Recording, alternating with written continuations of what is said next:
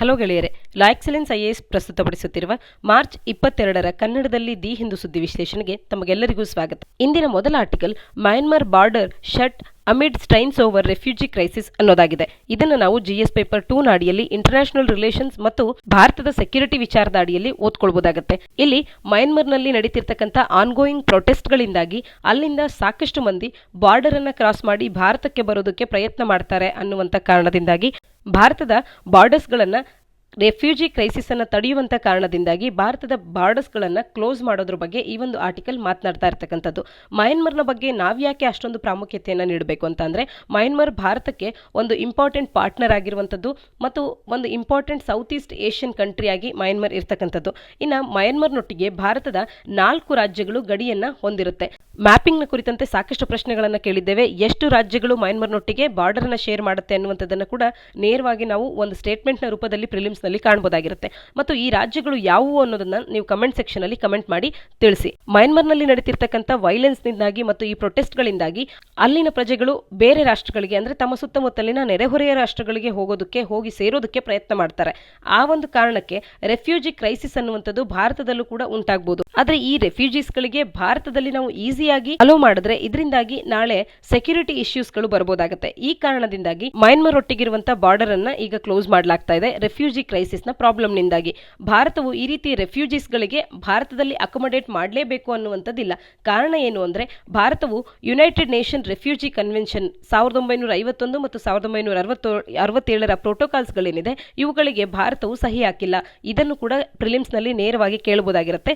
ಭಾರತವು United nation refugee ಕನ್ವೆನ್ಷನ್ಗೆ ಸಹಿ ಹಾಕಿಲ್ಲ ಅನ್ನುವಂಥದ್ದು ತಿಳಿದಿರಬೇಕಾಗುತ್ತೆ. ಈ ಕಾರಣದಿಂದಾಗಿ ಭಾರತವು ಮ್ಯಾಂಡೇಟರಿ ಆಗಿ ರೆಫ್ಯೂಜೀಸ್ಗಳಿಗೆ ಅಲೋ ಮಾಡಬೇಕು ಅಥವಾ ಅವರನ್ನ ಅಕೊಮಡೇಟ್ ಮಾಡಬೇಕು ಭಾರತದ ಅಡಿಯಲ್ಲಿ ಅಂತ ಹೇಳಿ ಭಾರತದ ಮೇಲೆ ಯಾವುದೇ ಒಂದು ಲೀಗಲ್ ಆದಂತ ಆಬ್ಲಿಗೇಷನ್ ಇಲ್ಲದೆ ಇರೋದನ್ನ ಕಾಣಬಹುದಾಗುತ್ತೆ. ಆದ್ರೆ ಭಾರತದ ಕೆಲವೊಂದು ರಾಜ್ಯಗಳೊಟ್ಟಿಗೆ ಮಯನ್ಮಾರ್ನ ರಾಜ್ಯದ ಪ್ರಜೆಗಳಿಗೆ ಒಂದು ಡೀಪ್ ಟೈಸ್ ಇರೋದನ್ನ ನಾವು ಕಾಣಬಹುದಾಗುತ್ತೆ. ಮಿಜೋರಾಂನ ಪ್ರಜೆಗಳು ಮಯನ್ಮಾರ್ನ ಪ್ರಜೆಗಳ ಮೇಲೆ ಸಾಕಷ್ಟು ಡೀಪ್ ಒಂದು ಸಿಂಪತಿಯನ್ನ ಮತ್ತು ಕನ್ಸಿಡರಬಲ್ ಸಪೋರ್ಟ್ ಅನ್ನ ತೋರಿಸ್ತಾ ಇರ್ತಕ್ಕಂಥದ್ದು.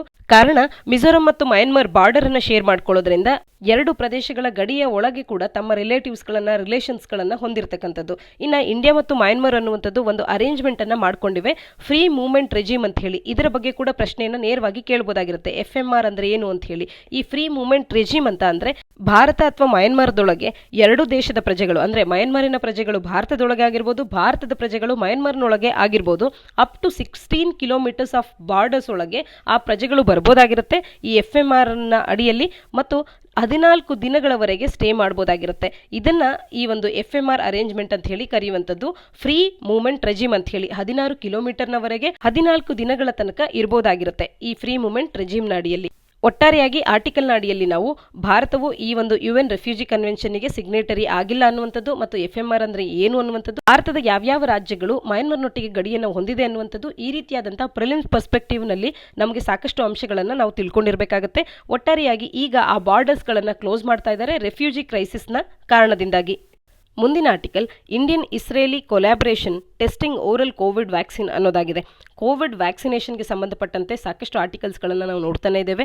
ಕೋವಿಡ್ ವ್ಯಾಕ್ಸಿನೇಷನ್ನ ಹಾಕಿಸ್ಕೊಳ್ಳದೇ ಇರುವಂಥ ವ್ಯಾಕ್ಸಿನ್ ಹೆಸಿಟೆನ್ಸಿ ಕೂಡ ಭಾರತದಲ್ಲಿ ಇನ್ನೂ ಇದೆ. ಸದ್ಯಕ್ಕೆ ಭಾರತದಲ್ಲಿ 60 ವರ್ಷ ಮೇಲ್ಪಟ್ಟಂಥವರಿಗೆ ಮತ್ತು 45 ವರ್ಷ ಮೇಲ್ಪಟ್ಟು ವಿತ್ ಕೋಮಾರ್ಬಿಡಿಟೀಸ್ ಏನಿದೆ ಅಂಥವರಿಗೆ ಈಗ ಕೋವಿಡ್ ವ್ಯಾಕ್ಸಿನೇಷನ್ ಅನ್ನುವಂಥದ್ದು ನಡೀತಾ ಇದೆ. ಈ ಕೋವಿಡ್ ವ್ಯಾಕ್ಸಿನೇಷನ್ ಅನ್ನುವಂಥ ಡ್ರೈವ್ ಅನ್ನುವಂಥದ್ದು 2 ಹಂತಗಳನ್ನು ಅಥವಾ 2 ಡೋಸೇಜಸ್ಗಳನ್ನು ಹೊಂದಿರುತ್ತೆ. ಒಂದು ಡೋಸೇಜ್ ಅನ್ನು ತಗೊಂಡು 28 ದಿನಗಳ ನಂತರದಲ್ಲಿ ಸೆಕೆಂಡ್ ಡೋಸೇಜ್ ಅನ್ನು ಸದ್ಯಕ್ಕೆ ನೀಡ್ತಾ ಇರತಕ್ಕಂಥದ್ದು. ಇದಿಷ್ಟು ಈ ವ್ಯಾಕ್ಸಿನೇಷನ್ ಬಗ್ಗೆ ಒಂದಷ್ಟು ಬೇಸಿಕ್ ಮಾಹಿತಿ ಆಗಿರ್ತಕ್ಕಂಥದ್ದು. ಮತ್ತು ಈ ವ್ಯಾಕ್ಸಿನೇಷನ್ ಡ್ರೈವ್ ಅನ್ನು ನೋಡಿದಾಗ ಭಾರತದಲ್ಲಿ ಎಕ್ಸ್ಪೆಕ್ಟೆಡ್ ಸಂಖ್ಯೆಯಲ್ಲಿ ವ್ಯಾಕ್ಸಿನೇಷನ್ ಅನ್ನುವಂಥದ್ದು ಸಾಕ್ತಾ ಇಲ್ಲದೆ ಇರತಕ್ಕಂಥದ್ದು.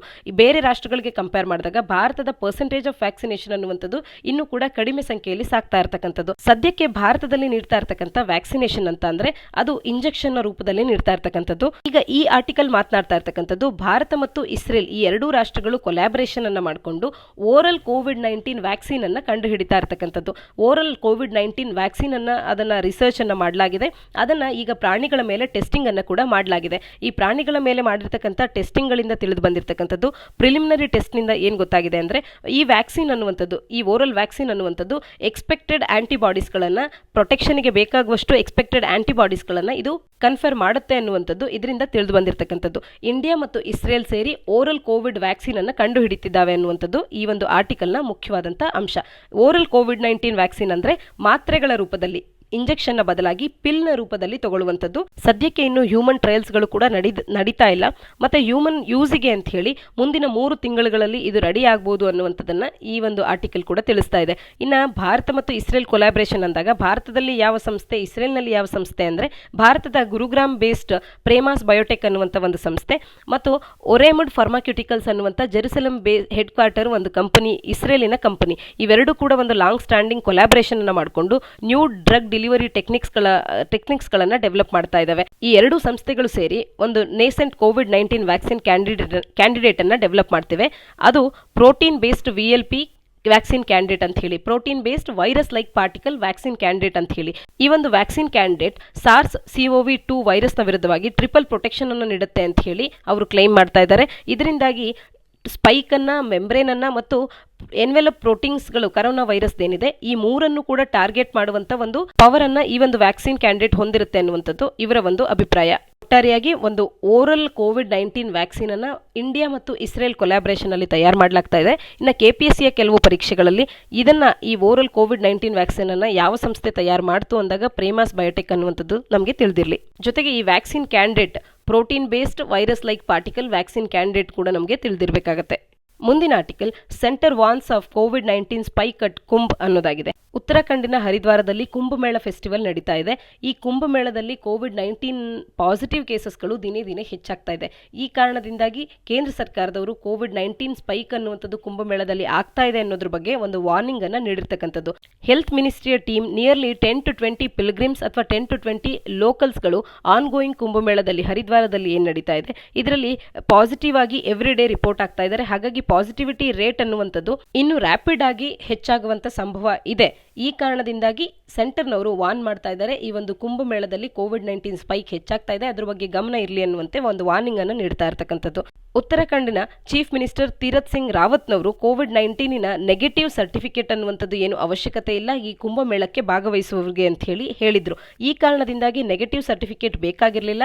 ಹಾಗಾಗಿ ಪಾಸಿಟಿವ್ ಇರುವಂತವರು ಕೂಡ ಈ ಒಂದು ಕಾರ್ಯಕ್ರಮಕ್ಕೆ ಪಾಸಿಟಿವ್ ಇದೆ ಅಂತ ಹೇಳಿ ತಿಳಿದೆ ಯಾವುದೇ ಟೆಸ್ಟಿಂಗಿಗೆ ಒಳಪಡದೆ ಬರ್ತಾ ಇದ್ದಾರೆ. ಇದರಿಂದಾಗಿ ಪ್ರತಿದಿನ 10ಕ್ಕೂ ಹೆಚ್ಚು ಸಂಖ್ಯೆಯಲ್ಲಿ ಇಲ್ಲಿ ಪಾಸಿಟಿವ್ಸ್ಗಳು ಸಿಗ್ತಾ ಇರತಕ್ಕಂಥದ್ದು. ಮುಂದಿನ ದಿನಗಳಲ್ಲಿ ಈ ಪಾಸಿಟಿವ್ಸ್ಗಳ ಸಂಖ್ಯೆ ಇನ್ನಷ್ಟು ಹೆಚ್ಚಾಗಬಹುದಾಗುತ್ತೆ. ಅದಕ್ಕಾಗಿ ಕೇಂದ್ರ ಸರ್ಕಾರದವರು ಈ ಒಂದು ಕುಂಭಮೇಳದಲ್ಲಿ ಈ ಕೇಸಸ್ಗಳ ಸಂಖ್ಯೆ ಹೆಚ್ಚಾಗದೇ ಇರುವಂತೆ ನೋಡಿಕೊಳ್ಳುವಂತ ಒಂದು ವಾರ್ನಿಂಗ್ ಅನ್ನ ನೀಡ್ತಾ ಇರತಕ್ಕಂಥದ್ದು.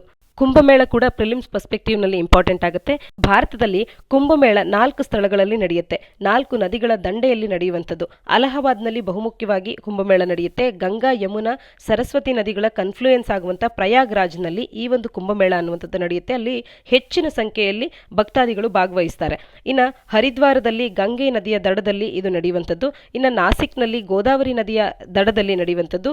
ಉಜ್ಜಯಿನ್ನಲ್ಲಿ ಶಿಪ್ರಾ ನದಿಯ ದಡದಲ್ಲಿ ಈ ಕುಂಭಮೇಳ ಅನ್ನುವಂಥದ್ದು ನಡೆಯುತ್ತೆ. ಪ್ರಯಾಗ್ರಾಜ್ನಲ್ಲಿ, ಅಲಹಾಬಾದ್ನಲ್ಲಿ ಗಂಗಾ, ಯಮುನಾ, ಸರಸ್ವತಿ ನದಿಗಳ ಕನ್ಫ್ಲೂಯೆನ್ಸ್ ಏನಾಗುತ್ತೆ ಅಲ್ಲಿನ ಪ್ರಯಾಗ್ರಾಜ್ ಸ್ಥಳದಲ್ಲಿ ನಡೆಯುವಂಥದ್ದು ಅತಿ ಹೆಚ್ಚು ಪಿಲ್ಗ್ರಿಮೇಜ್ಗಳನ್ನು ಅಟ್ರಾಕ್ಟ್ ಮಾಡುತ್ತೆ. ಇನ್ನು ಸೆಕೆಂಡ್ ಹೈಯೆಸ್ಟ್ ಪಿಲ್ಗ್ರಿಮೇಜ್ಗಳನ್ನು ಅಟ್ರಾಕ್ಟ್ ಮಾಡುವಂಥ ಕುಂಭಮೇಳ ಅಂದರೆ ಹರಿದ್ವಾರ ಆಗಿರುತ್ತೆ. ಕುಂಭಮೇಳ ನಡೆಯುವಂಥ 4 ಸ್ಥಳಗಳು ಮತ್ತು ಆ ನದಿಗಳು ಇವೆಲ್ಲವೂ ಕೂಡ ಪ್ರಿಲಿಮ್ಸ್ ಪರ್ಸ್ಪೆಕ್ಟಿವ್ನಲ್ಲಿ ಅಥವಾ KPSCಯ ಯಾವುದೇ ಪರೀಕ್ಷೆಗಳಿಗೆ ಉಪಯೋಗ ಆಗುತ್ತೆ.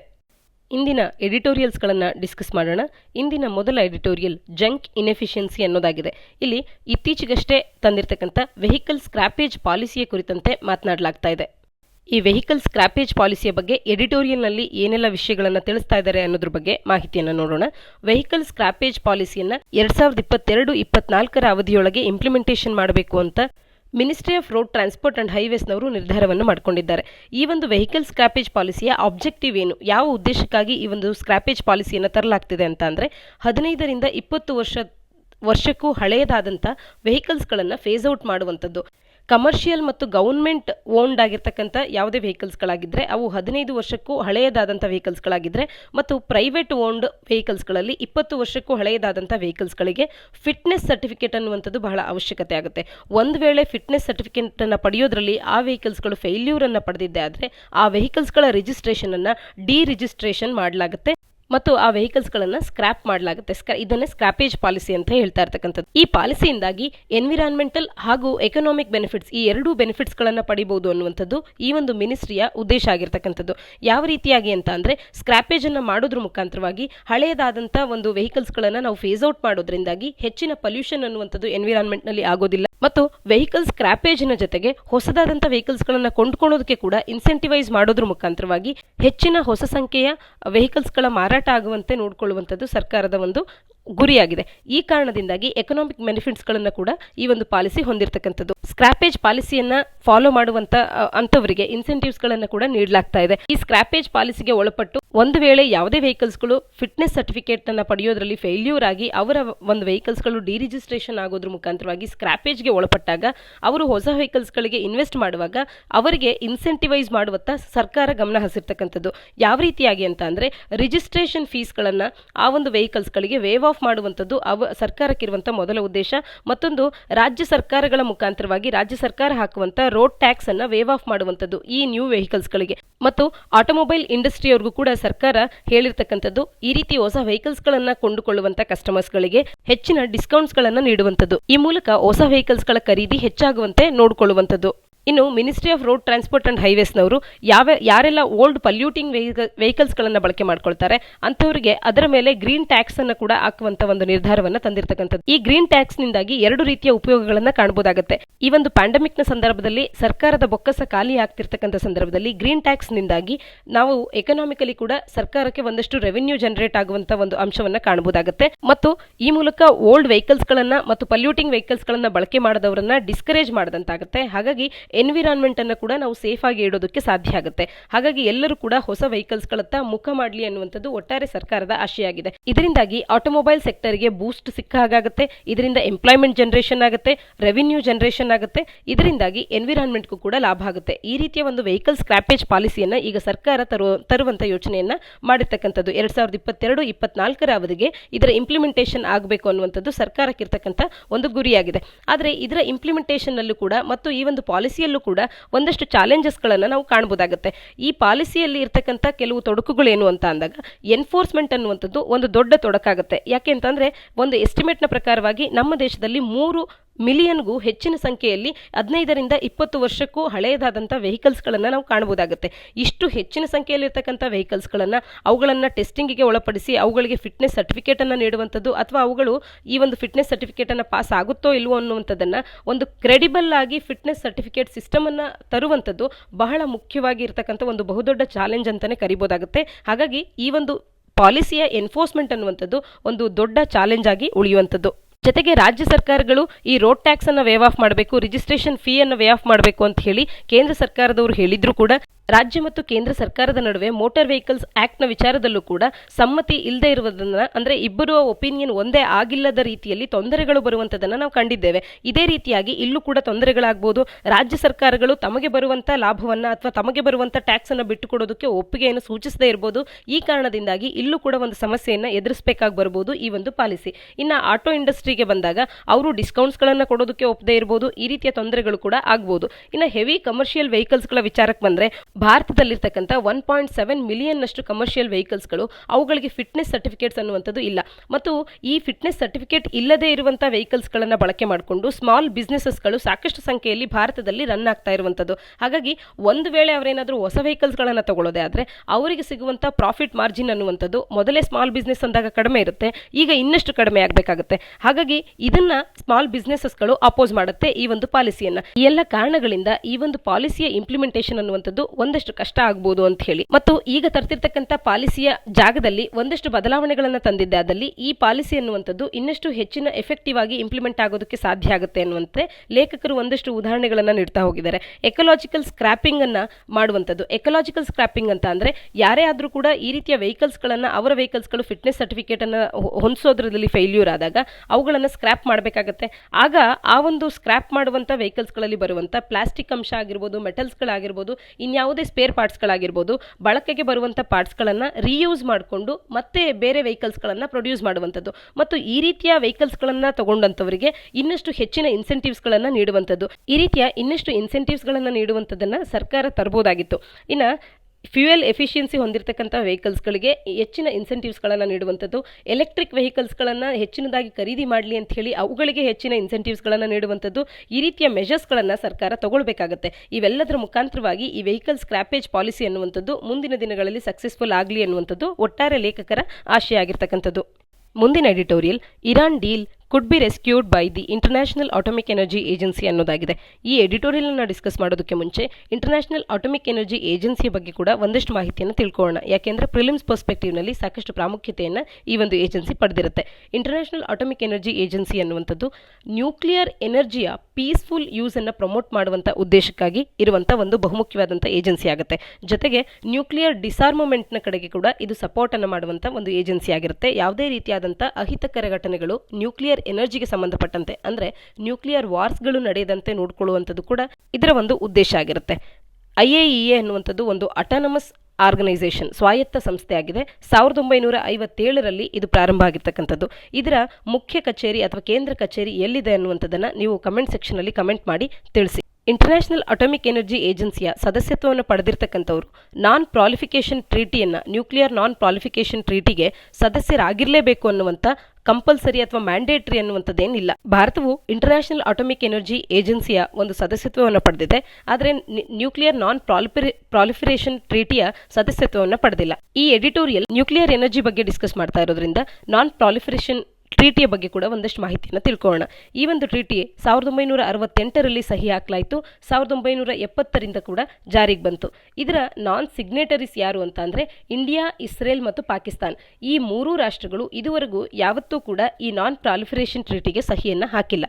ಇನ್ನು ಸೌತ್ ಸೂಡಾನ್ ಮತ್ತು ನಾರ್ತ್ ಕೊರಿಯಾ ಇವು ಕೂಡ ನಾನ್ ಸಿಗ್ನೇಟರೀಸ್ ಆಗಿವೆ. ಆದರೆ ಸೌತ್ ಸೂಡಾನ್ ಅನ್ನುವಂಥದ್ದು ಸೂಡಾನ್ ರಾಷ್ಟ್ರದಿಂದ ಭಾಗವಾಗಿ ಹೊರಬಂದ ನಂತರದಲ್ಲಿ, ಸೌತ್ ಸೂಡಾನ್ ಹೊಸದಾದಂಥ ಒಂದು ದೇಶವಾಗಿ ಹುಟ್ಟಿದ ನಂತರದಲ್ಲಿ ಅಲ್ಲಿ ಸಿವಿಲಿಯನ್ ವಾರ್ ಅನ್ನುವಂಥದ್ದು ಇನ್ನೂ ಕೂಡ ನಡೀತಾ ಇದೆ. ಆ ಕಾರಣದಿಂದಾಗಿ ಸೌತ್ ಸೂಡಾನ್ ಅನ್ನುವಂಥದ್ದು ನಾನ್ ಸಿಗ್ನೇಟರಿಯಾಗಿ ಉಳ್ಕೊಂಡಿದೆ. ಇನ್ನು ನಾರ್ತ್ ಕೊರಿಯಾದ ವಿಚಾರಕ್ಕೆ ಬಂದರೆ, ನಾರ್ತ್ ಕೊರಿಯಾ ಮೊದಲಿಗೆ ನ್ಯೂಕ್ಲಿಯರ್ ನಾನ್ ಪ್ರಾಲಿಫರೇಷನ್ ಟ್ರೀಟಿಯ ಸದಸ್ಯತ್ವವನ್ನು ಪಡೆದಿತ್ತು, ಅಂದರೆ ಈ ಒಂದು ಟ್ರೀಟಿಗೆ ಸಹಿಯನ್ನು ಹಾಕಿತ್ತು. ನಂತರದಲ್ಲಿ ನಾರ್ತ್ ಕೊರಿಯಾ ಅನ್ನುವಂಥದ್ದು ಈ ಒಂದು ಟ್ರೀಟಿಯಿಂದ ಹೊರಬಂದಿದೆ ಮತ್ತು ತನ್ನನ್ನು ತಾನು ನ್ಯೂಕ್ಲಿಯರ್ ಕಂಟ್ರಿ ಅಂತ ಹೇಳಿ ಕ್ಲೈಮ್ ಮಾಡುವಂಥದ್ದು. ಭಾರತ ಅನ್ನುವಂಥದ್ದು ನಮ್ಮ ಸುತ್ತ ಇರುವಂಥ ಸ್ಟ್ರಾಟಜಿಕ್ ಇಂಪಾರ್ಟೆನ್ಸ್ಗಳನ್ನು ನಾವು ನೋಡಿದಾಗ, ಅಂದರೆ ನಮ್ಮ ಸುತ್ತ ಪಾಕಿಸ್ತಾನದಂಥ, ಚೀನಾದಂಥ ರಾಷ್ಟ್ರಗಳು ಇರೋದ್ರಿಂದ ಅವು ನಮ್ಮೊಟ್ಟಿಗೆ ಯುದ್ಧಕ್ಕೆ ಸನ್ನದ್ಧರಾಗಿ ಇರುವಂಥ ಸನ್ನಿವೇಶಗಳು ಹೆಚ್ಚಾಗಿರೋದ್ರಿಂದಾಗಿ ಸೆಕ್ಯೂರಿಟಿಯ ಉದ್ದೇಶದಿಂದ ನ್ಯೂಕ್ಲಿಯರ್ ಪವರನ್ನು ಈಗ ಹೊಂದಿರತಕ್ಕಂಥದ್ದು. ಆದರೆ ಈ NPT ಅಡಿಯಲ್ಲಿ, ನಾನ್ ಪ್ರಾಲಿಫರೇಷನ್ ಟ್ರೀಟಿ ಅಡಿಯಲ್ಲಿ ಒಂದು ಕಟ್ ಆಫ್ ಡೇಟನ್ನು ನೀಡಲಾಗಿದೆ. ಆ ಕಟ್ ಆಫ್ ಡೇಟ್ನ ಹಿಂದಿನ ವರ್ಷಗಳಲ್ಲಿ ಯಾವುದೇ ರಾಷ್ಟ್ರವು ನ್ಯೂಕ್ಲಿಯರ್ ವೆಪನ್ಸ್ಗಳನ್ನು ಹೊಂದಿದ್ರೆ ಆ ರಾಷ್ಟ್ರಗಳು ನ್ಯೂಕ್ಲಿಯರ್ ಎನರ್ಜಿ ಕಂಟ್ರೀಸ್ ಅಂತ ಹೇಳಿ ಗುರುತಿಸ್ಕೊಳ್ಳುತ್ತೆ. ಆ ರಾಷ್ಟ್ರಗಳು ನ್ಯೂಕ್ಲಿಯರ್ ವೆಪನ್ಸ್ಗಳನ್ನು ಮುಂಬರುವಂಥ ದಿನಗಳಲ್ಲಿ ಆದಷ್ಟು ಕಡಿಮೆ ಮಾಡಬೇಕು ಮತ್ತು ನಂತರದ ದಿನಗಳಲ್ಲಿ ಅವುಗಳನ್ನು ಫೇಸ್ ಔಟ್ ಮಾಡಬೇಕು. ಆದರೆ ಅದಕ್ಕೆ ಗಡುವು ಎಷ್ಟು ಅನ್ನುವಂಥದ್ದನ್ನು ಈ ಒಂದು ಟ್ರೀಟಿ ಅನ್ನುವಂಥದ್ದು ತಿಳಿಸೋದಿಲ್ಲ. ಆದರೆ ಇನ್ಯಾವುದೇ ರಾಷ್ಟ್ರಗಳು ಇವಕ್ಕೆ ಸಹಿಯನ್ನು ಹಾಕಿದಂಥ ರಾಷ್ಟ್ರಗಳಿಗೆ ಅವರ ಟೆಕ್ನಾಲಜಿಕಲ್ ಪರ್ಪಸ್ಸಿಗೆ ಅಂತ ಹೇಳಿ ನ್ಯೂಕ್ಲಿಯರ್ ಎನರ್ಜಿಯನ್ನು ಟ್ರಾನ್ಸ್ಫರ್ ಮಾಡಿದ್ರು ಕೂಡ ಅವುಗಳು ನ್ಯೂಕ್ಲಿಯರ್ ವೆಪನ್ಸ್ಗಳನ್ನು ಬಳಕೆ ಮಾಡುವಂತಿಲ್ಲ ಅಥವಾ ಅವುಗಳನ್ನು ಪ್ರೊಡ್ಯೂಸ್ ಮಾಡುವಂತಿಲ್ಲ ಅಥವಾ ನ್ಯೂಕ್ಲಿಯರ್ ವೆಪನ್ಸ್ಗಳ ಕುರಿತಂತೆ ಯಾವುದೇ ಪ್ರೋಗ್ರಾಮನ್ನು ಮಾಡುವಂತಿಲ್ಲ ಅನ್ನುವಂಥದ್ದು ಇದರಲ್ಲಿರ್ತಕ್ಕಂಥ ಒಂದು ಷರತ್ತಾಗಿದೆ.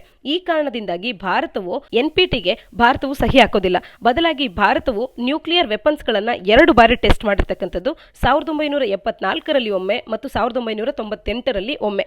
ಈ 2 ಬಾರಿ ನ್ಯೂಕ್ಲಿಯರ್ ವೆಪನ್ಸ್ಗಳನ್ನು ಟೆಸ್ಟ್ ಮಾಡೋದ್ರ ಮುಖಾಂತರವಾಗಿ ಭಾರತವು ಕೂಡ ನ್ಯೂಕ್ಲಿಯರ್ ಕಂಟ್ರಿ ಅಂತ ಹೇಳಿ, ನ್ಯೂಕ್ಲಿಯರ್ ಪವರ್ ಅನ್ನು ಹೊಂದಿರತಕ್ಕಂಥ ಕಂಟ್ರಿ ಅಂತ ಹೇಳಿ ಗುರುತಿಸಿಕೊಂಡಿದೆ. ಭಾರತವು ಈ ರೀತಿಯಾಗಿ 2 ಬಾರಿ ನ್ಯೂಕ್ಲಿಯರ್ ವೆಪನ್ಸ್ಗಳನ್ನು ಟೆಸ್ಟ್ ಮಾಡಿದ್ರಿಂದಾಗಿ US-ನಿಂದಾಗಿ ಅಪೋಸಿಷನ್ ಅನ್ನು ಅದು ತಗೊಳ್ಬೇಕಾಗಿ ಬಂತು. US-ನವರು ಕೂಡ ಇದನ್ನ 1970s ಇಂದ 1990s ಆ ಡಿಕೇಡ್ಸ್ ಏನಿದೆ ಅಲ್ಲಿ ಸಾಕಷ್ಟು ಸ್ಯಾಂಕ್ಷನ್ಸ್ಗಳನ್ನು ಕೂಡ ಭಾರತ ಎದುರಿಸಬೇಕಾಗಿ ಬಂತು. ಆದರೂ ಕೂಡ ಭಾರತವು ತನ್ನ ದೃಢವಾದಂಥ ನಿಲುವನ್ನು ಬಿಟ್ಟಿಲ್ಲ. ಇವತ್ತಿನ ನಾವು ಒಂದು ಸಿಚುಯೇಷನ್ ಅನ್ನು ನೋಡಿದಾಗ ನ್ಯೂಕ್ಲಿಯರ್ ಸಪ್ಲೈಯರ್ಸ್ ಗ್ರೂಪ್ನಲ್ಲಿ ಭಾರತ ಬರಬೇಕು ಅಂತ ಹೇಳಿ ಭಾರತದ ಪರವಾಗಿ ಸಾಕಷ್ಟು ರಾಷ್ಟ್ರಗಳು US-ನನ್ನು ಒಳಗೊಂಡಂತೆ ಕೂಡ ಸಪೋರ್ಟ್ ಅನ್ನು ನೀಡ್ತಾ ಇವೆ. ಇನ್ನು NPT ಅಡಿಯಲ್ಲಿ ಯಾವೆಲ್ಲ ರಾಷ್ಟ್ರಗಳನ್ನ ನ್ಯೂಕ್ಲಿಯರ್ ಪವರ್ ಹೊಂದಿರತಕ್ಕಂಥ ರಾಷ್ಟ್ರ ಅಂತ ಹೇಳಿ ಗುರುತಿಸ್ತೇವೆ ಅಂತ ಅಂದ್ರೆ ಪರ್ಮನೆಂಟ್ 5 P5 ಕಂಟ್ರೀಸ್ ಏನಿದಾವೆ ಇವೆಲ್ಲವೂ ಕೂಡ ಕಟ್ ಆಫ್ ಡೇಟ್ನ ಹಿಂದಿನ ವರ್ಷಗಳಲ್ಲಿಯೇ ಈ ನ್ಯೂಕ್ಲಿಯರ್ ಪವರ್ ಅನ್ನ, ನ್ಯೂಕ್ಲಿಯರ್ ವೆಪನ್ಸ್ಗಳನ್ನು ಹೊಂದಿದ್ವು ಅನ್ನುವಂಥ ಕಾರಣದಿಂದ ಇವುಗಳನ್ನು ನಾವು ನ್ಯೂಕ್ಲಿಯರ್ ಪವರ್ ಅನ್ನ ಹೊಂದಿರತಕ್ಕಂಥ ರಾಷ್ಟ್ರಗಳು ಅಂತ ಹೇಳಿ ಗುರುತಿಸುವಂಥದ್ದು ಅಫಿಷಿಯಲ್ ಆಗಿ ಈ ಒಂದು ಟ್ರೀಟಿಯ ಅಡಿಯಲ್ಲಿ. ಇನ್ನು ಆರ್ಟಿಕಲ್ ನಲ್ಲಿ ಮುಖ್ಯವಾಗಿ ಮಾತನಾಡ್ತಾ ಇರತಕ್ಕಂಥದ್ದು ಇರಾನ್ನ ನ್ಯೂಕ್ಲಿಯರ್ ವೆಪನ್ ಪ್ರೋಗ್ರಾಮ್ನ ಬಗ್ಗೆ. ಇರಾನ್ ರಾಷ್ಟ್ರವು NPTಯ ಸದಸ್ಯ ರಾಷ್ಟ್ರವಾಗಿದ್ರೂ ಕೂಡ ನ್ಯೂಕ್ಲಿಯರ್ ವೆಪನ್ ಪ್ರೋಗ್ರಾಮ್ ಅನ್ನ ಅನುಷ್ಠಾನಗೊಳಿಸೋದಕ್ಕೆ ಪ್ರಾರಂಭ ಮಾಡುತ್ತೆ. ಈ ಕಾರಣದಿಂದಾಗಿ US, ಸೌದಿ ಅರೇಬಿಯಾ ಮತ್ತು ಮತ್ತು ಇಸ್ರೇಲ್ ಈ ಮೂರು ರಾಷ್ಟ್ರಗಳು ಇರಾನಿಗೆ ಏನು ವೈರುಧ್ಯವನ್ನ ಹೊಂದಿವೆ, ಈ ರಾಷ್ಟ್ರಗಳು ಈ ಒಂದು ಪ್ರೋಗ್ರಾಮ್ ಅನ್ನ ಟಾರ್ಗೆಟ್ ಮಾಡ್ತವೆ. ಈ ಪ್ರೋಗ್ರಾಮ್ ನಡಿಬಾರದು ಅಥವಾ ಈ ಒಂದು ಪ್ರೋಗ್ರಾಮ್ ಅನ್ನುವಂಥದ್ದು ಡಿಲೇ ಆಗಬೇಕು ಅನ್ನುವಂಥ ಕಾರಣದಿಂದ ಯುಎಸ್ ಅನ್ನುವಂಥದ್ದು ಮತ್ತು ಈ ಮೂರು ರಾಷ್ಟ್ರಗಳು ಸೇರಿ ಸಾಕಷ್ಟು ಅಟ್ಯಾಕ್ಸ್ ಗಳನ್ನ, ಕೋವರ್ಟ್ ಆಪರೇಷನ್ಸ್ ಗಳನ್ನ ಈ ಇರಾನಿನ ಮೇಲೆ ಮಾಡಲಾಗುತ್ತೆ. ಇನ್ನು ಯುಎಸ್ ಮತ್ತು ಇಸ್ರೇಲ್ ನಂತ ರಾಷ್ಟ್ರಗಳು, ಈ ಎರಡು ರಾಷ್ಟ್ರಗಳು ಸೇರಿ ಸ್ಟಕ್ಸ್ನೆಟ್ ಅನ್ನುವಂಥ ಒಂದು ಮಾಲ್ವೇರ್ ಅನ್ನು ಕೂಡ ಈ ನ್ಯೂಕ್ಲಿಯರ್ ವೆಪನ್ ಪ್ರೋಗ್ರಾಮ್ ನ ಮೇಲೆ ಬಳಕೆ ಮಾಡಿದ್ದನ್ನ ಕಾಣಬಹುದಾಗುತ್ತೆ. ಈ ರೀತಿಯಾದಂತಹ ಪ್ರೋಗ್ರಾಮ್ ಅನ್ನುವಂಥದ್ದು ಇರಾನ್ ನಲ್ಲಿ ಜಾರಿಗೆ ಬರಬಾರದು ಅನ್ನುವಂಥದ್ದು ಯುಎಸ್ ನ ಉದ್ದೇಶ ಆಗಿದ್ರಿಂದ 2009ರಿಂದ 2015ರವರೆಗೆ ಇರಾನ್ ನ ಮೇಲೆ ಎಕನಾಮಿಕಲ್ ಸ್ಯಾಂಕ್ಷನ್ಸ್ ಗಳನ್ನ ಹಾಕಲಾಗುತ್ತೆ. ಈ ಕಾರಣದಿಂದಾಗಿ ಇರಾನ್ ಸಾಕಷ್ಟು ಪ್ರಾಬ್ಲಮ್ಸ್ಗೆ ಒಳಗಾಗಬೇಕಾಗಿ, ಅಲ್ಲಿನ ಎಕಾನಮಿ ಸಾಕಷ್ಟು ಪ್ರಾಬ್ಲಮ್ಸ್ ಗಳನ್ನ ಫೇಸ್ ಮಾಡಬೇಕಾಗಿ ಬಂತು. ಯಾಕೆಂದ್ರೆ ಇರಾನ್ನ ಮೇಲೆ ಯುಎಸ್ ಸ್ಯಾಂಕ್ಷನ್ಸ್ ಗಳು ಇದ್ದಿದ್ರಿಂದಾಗಿ ಇರಾನಿಗೆ ಎಷ್ಟೋ ರಾಷ್ಟ್ರಗಳು ಅವುಗಳಿಗೆ ಫಂಡಿಂಗ್ ಅನ್ನು ಮಾಡೋದಕ್ಕೆ ಅಥವಾ ಆರ್ಥಿಕವಾದಂತಹ ಸಹಾಯವನ್ನು ನೀಡೋದಕ್ಕೆ ಹಿಂದೆ ಸರಿತವೆ. ಈ ಕಾರಣದಿಂದಾಗಿ ಇರಾನ್ ಕೂಡ ಸ್ಟ್ರೈಟ್ ಆಫ್ ಹೊರ್ಮುಜ್ ಅನ್ನ ಬಳಕೆ ಮಾಡಿಕೊಂಡು ವೆಸ್ಟ್ ಏಷ್ಯಾದ ಟ್ರೇಡಿಂಗ್ ಅನ್ನುವಂಥದ್ದು ಏನ್ ನಡೀತಾ ಇತ್ತು, ಇದಕ್ಕೆ ಇರಾನ್ ಕೂಡ ತೊಂದರೆ ಮಾಡುತ್ತೆ. ಈ ಎಲ್ಲ ಕಾರಣದಿಂದಾಗಿ ಈ ರೀತಿಯ ತೊಂದರೆಗಳು ಮುಂದೆ ನಡೀದೇ ಇರಲಿ ಅಂತ ಹೇಳಿ joint comprehensive plan of action ಅನ್ನುವಂಥ JCPOA ಅನ್ನುವಂಥ ಒಂದು ಅಗ್ರಿಮೆಂಟ್ ಅನ್ನ 2015ರಲ್ಲಿ ಮಾಡಿಕೊಳ್ಳಲಾಗುತ್ತೆ. ಯುನೈಟೆಡ್ ನೇಷನ್ ಸೆಕ್ಯೂರಿಟಿ ಕೌನ್ಸಿಲ್ ನ ಪರ್ಮನೆಂಟ್ 5 ಕಂಟ್ರೀಸ್ಗಳು ಮತ್ತು +1 ಅಂದಾಗ ಜರ್ಮನಿ ಮತ್ತು ಯುರೋಪಿಯನ್ ಯೂನಿಯನ್ ಇವೆಲ್ಲವೂ ಕೂಡ ಸೇರ್ಕೊಂಡು JCPOA ಈ ಒಂದು ಅಗ್ರಿಮೆಂಟ್ ಅನ್ನ ಇರಾನ್ ನೊಟ್ಟಿಗೆ ಸಹಿ ಹಾಕಲಾಗುತ್ತೆ. ಈ ಮೂಲಕ ಅಮೆರಿಕ ಇದರ ಮೇಲೆ ಅಂದ್ರೆ ಇರಾನ್ ಮೇಲೆ ಹೇರಿದಂತ ಸ್ಯಾಂಕ್ಷನ್ಸ್ ಗಳನ್ನ ತೆಗೆದು ಹಾಕಲಾಗುತ್ತೆ. ಇದರ ಒಂದು ಪ್ರಾವಿಷನ್ಸ್ ನ ಅಡಿಯಲ್ಲಿ JCPOA ಅಡಿಯಲ್ಲಿ ಈ ಸ್ಯಾಂಕ್ಷನ್ಸ್ ಗಳನ್ನ ರಿಮೂವ್ ಮಾಡಲಾಗುತ್ತೆ ಮತ್ತು ಇರಾನ್ಗೆ ಬೇಕಾಗುವಂತ ಸಿವಿಲಿಯನ್ ಬಳಕೆಗೆ ಬೇಕಾಗುವಂತ ನ್ಯೂಕ್ಲಿಯರ್ ಪವರ್ ಅನ್ನ ಕೂಡ ಸಪ್ಲೈ ಮಾಡಲಾಗುತ್ತೆ. ಆದ್ರೆ ಈ ನ್ಯೂಕ್ಲಿಯರ್ ವೆಪನ್ ಪ್ರೋಗ್ರಾಮ್ ಅನ್ನ ಅವರು ನಿಲ್ಲಿಸಬೇಕಾಗುತ್ತೆ ಅನ್ನುವಂಥದ್ದು ಈ ಅಗ್ರಿಮೆಂಟ್ ನಲ್ಲಿ ಇದ್ದಂತ ಮುಖ್ಯವಾದಂತ ಪ್ರಪೋಸಲ್ಸ್ ಗಳಾಗಿರುತ್ತೆ. ಆದ್ರೆ 2018ರಲ್ಲಿ ಟ್ರಂಪ್ನವರು ಮತ್ತೊಮ್ಮೆ ಈ ಇರಾನ್ ಅನ್ನುವಂಥದ್ದು ಈ ಒಂದು ಅಗ್ರಿಮೆಂಟ್ಗೆ ಬೆಲೆಯನ್ನು ನೀಡ್ತಾ ಇಲ್ಲ, ಬದಲಾಗಿ ನ್ಯೂಕ್ಲಿಯರ್ ವೆಪನ್ ಪ್ರೋಗ್ರಾಮ್ ಅನ್ನುವಂಥದ್ದು ಇನ್ನೂ ಕೂಡ ಇರಾನ್ನಲ್ಲಿ ಜಾರಿಯಲ್ಲಿದೆ. ಹಾಗಾಗಿ ಮತ್ತೆ ನಾವು ಸ್ಯಾಂಕ್ಷನ್ಸ್ ಗಳನ್ನ ಹೇರ್ತಾ ಇದ್ದೇವೆ ಮತ್ತು ಈ joint comprehensive plan of action ನಿಂದ ಹಿಂದೆ ಸರಿತಿದ್ದೇವೆ ಅಂತ ಹೇಳಿ ಯುಎಸ್ ಏಕಾಏಕಿ 2018ರಲ್ಲಿ ಈ ಒಂದು ಪ್ಲಾನ್ ಆಫ್ ಆಕ್ಷನ್ ನಿಂದ ಹಿಂದೆ ಸರಿಯುತ್ತೆ. ನಂತರದಲ್ಲಿ ಸ್ಯಾಂಕ್ಷನ್ಸ್ ಗಳು ಕೂಡ ಹಾಕಲಾಗುತ್ತೆ. ಮತ್ತೆ ಇದರಿಂದಾಗಿ ಮತ್ತೆ ಇರಾನ್ ಅನ್ನುವಂಥದ್ದು ಫಿನಾನ್ಷಿಯಲ್ ಕ್ರಂಚ್ಗೆ ಒಳಪಡಬೇಕಾಗಿ ಬರುತ್ತೆ. ಇರಾನ್ ಕೂಡ ಈಗ ನ್ಯೂಕ್ಲಿಯರ್ ವೆಪನ್ಸ್ ಪ್ರೋಗ್ರಾಮ್ ಅನ್ನ ಕಂಟಿನ್ಯೂ ಮಾಡುವಂತ ಹಾದಿಯಲ್ಲಿ ನಡೆದಿರ್ತಕ್ಕಂಥದ್ದು. ಇದು ಎಲ್ಲಿಯವರೆಗೂ ಮುಂದುವರಿತಿದೆ ಅಂತ ಅಂದ್ರೆ ಇರಾನ್ ಮತ್ತು ಯುಎಸ್ ನಡುವೆ ಯುದ್ಧವೇ ಆಗುತ್ತೇನೋ ಅನ್ನುವಂತ ಮಟ್ಟಿಗೆ ಇರಾನ್ ಮತ್ತು ಯುಎಸ್ ನ ನಡುವಿನ ಸಂಬಂಧ ಹಾಳಾಗಿರ್ತಕ್ಕಂಥದ್ದು. ಈ ಕಾರಣದಿಂದಾಗಿ ಇರಾನ್ ಮತ್ತು ಯುಎಸ್ ನ ನಡುವಿನ ಡೀಲ್ ಅನ್ನ ಸರಿ ಮಾಡೋದಕ್ಕೆ ಯಾವುದೇ ಪ್ರಯತ್ನವನ್ನ ಪಟ್ಟರೂ ಕೂಡ ಅದು ಪ್ರಯೋಜನ ಇಲ್ಲ. ಯಾಕೆಂದ್ರೆ ಇರಾನ್ ಅನ್ನುವಂಥದ್ದು ಮತ್ತೆ ಯುಎಸ್ ಅನ್ನ ನಂಬೋದಕ್ಕೆ ಸಾಧ್ಯ ಇಲ್ಲ. ಇಲ್ಲಿ ಲೇಖಕರು ಹೇಳ್ತಾ ಇರ್ತಕ್ಕಂಥದ್ದು ಈ ಒಂದು ನಿಟ್ಟಿನಲ್ಲಿ IAEA international Atomic Energy Agency ಅನ್ನುವಂಥದ್ದು ತನ್ನ ಒಂದು ಪಾತ್ರವನ್ನು ವಹಿಸಬೇಕಾಗತ್ತೆ. ಇರಾನ್ ನೊಟ್ಟಿಗೆ ಒಂದು ಆಲ್ಟರ್ನೇಟ್ ಡೀಲ್ ಅನ್ನ ಮಾಡ್ಕೊಳ್ಳೋದ್ರ ಮುಖಾಂತರವಾಗಿ ಅವರಿಗೆ ಬೇಕಾಗುವಂತ ನ್ಯೂಕ್ಲಿಯರ್ ಎನರ್ಜಿಯನ್ನು ಸಪ್ಲೈ ಮಾಡುವಂಥದ್ದು ಮತ್ತು ನ್ಯೂಕ್ಲಿಯರ್ ವೆಪನ್ ಪ್ರೋಗ್ರಾಮ್ ಅನ್ನ ಇರಾನ್ ನಿಲ್ಲಿಸುವಂತೆ ಮಾಡುವಂಥದ್ದು, ಇರಾನ್ ಮತ್ತು ಯುಎಸ್ ನ ನಡುವೆ ನಡೆಯಬಹುದಾದಂತ ಯುದ್ಧ ಅನ್ನುವಂಥದ್ದು ನಡೀದೇ ಇರುವಂತೆ ಅವರಿಬ್ಬರ ಸಂಬಂಧ ಇನ್ನಷ್ಟು ಹಳಸದಂತೆ ನೋಡಿಕೊಳ್ಳುವಂತ ಕಾರ್ಯವನ್ನ ಮಾಡುವಲ್ಲಿ ಇಂಟರ್ನ್ಯಾಷನಲ್ ಅಟಾಮಿಕ್ ಎನರ್ಜಿ ಏಜೆನ್ಸಿ ಅನ್ನುವಂಥದ್ದು ಒಂದು ಪಾತ್ರವನ್ನು ವಹಿಸಬಹುದು. ಇಂಟರ್ನ್ಯಾಷನಲ್ ಅಟಾಮಿಕ್ ಎನರ್ಜಿ ಏಜೆನ್ಸಿ ಅನ್ನುವಂಥದ್ದು ಒಂದು ಆಲ್ಟರ್ನೇಟಿವ್ ಡೀಲ್ ಅನ್ನ ಇರಾನ್ಗೆ ತರಬೇಕು. ಈ ಮೂಲಕವಾಗಿ ಇರಾನ್ನ ಡೀಲ್ ಅನ್ನ ರೆಸ್ಕ್ಯೂ ಮಾಡುವಂತ ಒಂದು ಕೆಲಸವನ್ನ IAEA ಮಾತ್ರವೇ ಮಾಡಬಹುದಾಗುತ್ತೆ ಅನ್ನುವಂಥದ್ದು ಒಟ್ಟಾರೆ ಲೇಖಕರ ಈ ಒಂದು ಲೇಖನದ ಆಶಯ ಆಗಿರ್ತಕ್ಕಂಥದ್ದು. ಇದಿಷ್ಟು ಇಂದಿನ ಸುದ್ದಿ ವಿಶ್ಲೇಷಣೆಯಾಗಿದೆ. ನಾಳಿನ ಸುದ್ದಿ ವಿಶ್ಲೇಷಣೆಯೊಂದಿಗೆ ಮತ್ತೆ ಸಿಗೋಣ. ಧನ್ಯವಾದ.